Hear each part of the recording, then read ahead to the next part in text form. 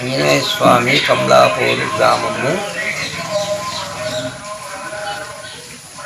చెంపులు పంతులు రంజిత్ కుమార్ వాళ్ళ నాన్న ఆంజనేయుడు. ఇవాళ పెద్దరామాస పెద్దల పేరు మీద బియ్యం ఇస్తే పెద్దలకు మోక్షం లభిస్తుందని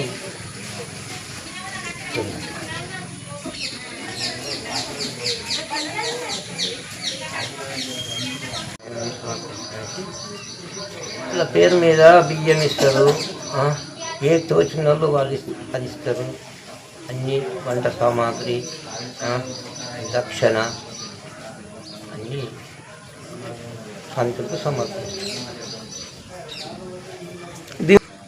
పెద్దలకు ప్రయోజనం ఏముంటుందంటే పెద్దలకు మంచిదన్నట్టు.